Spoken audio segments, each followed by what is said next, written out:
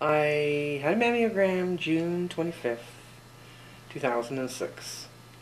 And thinking everything was okay because my doctor never got back to me, but I thought something might be wrong. Just, God was tapping me on my shoulder saying, call and see, call and see.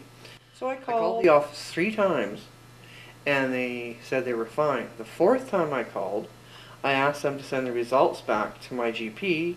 She sent the results to my GP that morning, and then I went to see my GP that afternoon, and right in big bold letters it said, invasive cancer.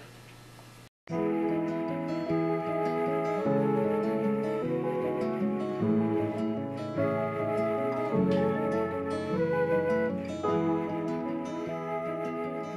been a year through hell, but with a lot of support from family, friends, and my church and God, I made it through.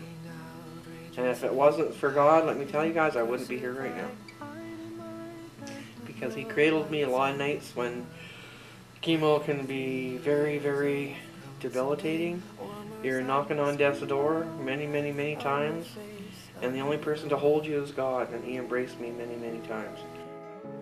Well, the first thing when you're diagnosed with cancer, the first thing I did was I went and researched. I researched and I researched and I researched. Because I wanted to find out how much time I had to live. Okay, if I'm going to live 1 week, 10 days, a year, 6 months, whatever. And so I did lots of research. And the second thing I did, I didn't tell any of my family or my friends for 3 months. It took me that long to come to grips with it myself before I had to handle it on myself. And then when I told them, then there's specific people. Like when you tell people this kind of news, you want to see them face to face. You don't want to be telling the people this kind of news over the phone. It's not good. But so I picked my moments to tell people face to face. One of the things that you don't want, if you have a short period of time to live, because what happens is you don't want people's sympathy. You don't want people to feel sorry for you and they feel like they're walking on eggshells. And that's why it took me a long time to decide if I wasn't even going to tell anybody, period. But it is a devastating disease. It is a very debilitating disease.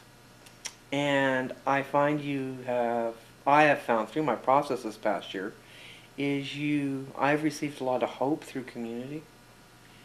And the hope through the community, the support I received from my community, has led me further and a lot closer to God. I've read a lot. Not just the Bible, but I've read a lot of God's teachings. And I've gotten a lot closer with God, and I know where He wants me to. I know what He's trying to tell me. I am not quite sleeping. I was sitting waiting for some friends yesterday, and you know what? I thought, if I'm going to write a book, I was sitting in my van just waiting for them, and I thought, and a gust of wind came up, and you know what? There's pitter-patter of beautiful autumn leaves on my van. I thought, this is an absolute glorious, beautiful day. And do you think I would have even thought of that before? No. You don't pay attention, or people get irritated by the wind or whatever. I thought, God made the beautiful wind, and look at what He's taking all these leaves and putting them all over the place. It's absolutely beautiful. And there's such burnt orange or gorgeous colors, beautiful big blue sky. Would I have noticed that before? No. I would have been drumming my fingers saying, oh, they're late, and being irritated and whatever else. Instead, I enjoyed my gorgeous surroundings. Well, it wasn't gorgeous. It was like, downtown, like whatever. But, instead I took a different attitude. So your attitude changes about a lot of things. You're less, I have a lot more patience than I had before. And one thing I've learned that I'm still having a lot of difficulty with is humility and grace.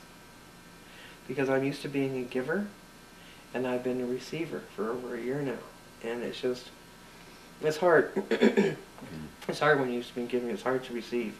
But I've been so, so blessed by my family and my friends. It's just been wonderful. Now, what would I do if I only had 40 days left to do? I would go and I would spend as much time as possible with my family and my friends.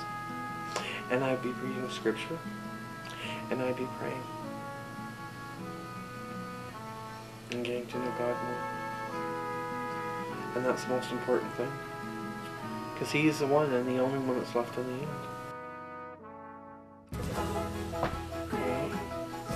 I love to make people laugh. I have a very outgoing, compassionate nature. I care about people greatly. I like to make people feel better about themselves. I hope I do. 90% of the time I'm hoping that's what I'm doing when I'm talking to people. But hopefully they remember my compassionate, caring nature and my warped sense of humor. Sometimes it's a little off the new people are looking at me, what did you say? Willpower. I wish I had more willpower.